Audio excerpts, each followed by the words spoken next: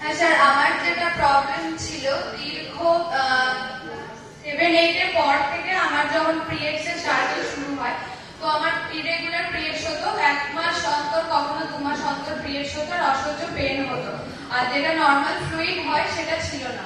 তো যখন থেকে আমি এই নিউট্রিশনে আসি, আমরা যখন ওভারওয়েটটা কমিয়ে নিই, তারপর ওমেন চয়েস আর মাল্টিভিটামিন স্পেশালি এই দুটো নেওয়ার পরে যেটা আমার এই সমস্যা থেকে আমি পুরোপুরি বেরিয়ে এসেছি। আর সব থেকে বড় ব্যাপার যেটা হচ্ছে, ইরেগুলার পিরিয়ডস এর জন্য স্কিন ভীষণ খারাপ হতো, প্রচুর মুড সুইং হতো। মানে যখন পিরিয়ডস এর সাইকেল চলতো, কারোর সাথে কথা বলা বা কোনো কাজ করা বা পড়াতে মন বসা, এগুলো থেকে মানে খুব বিরক্ত একটা ভাব লাগতো। আর যেটা হচ্ছে যে, যেটা আমি নেওয়ার পর বুঝতে পেরেছি যে অ্যাকচুয়ালি হ্যাপি হরমোন রিলিজের যে ব্যাপারটা, সেটা খুব ভালো ফিল করেছি ওমেন চয়েস নেওয়ার পর।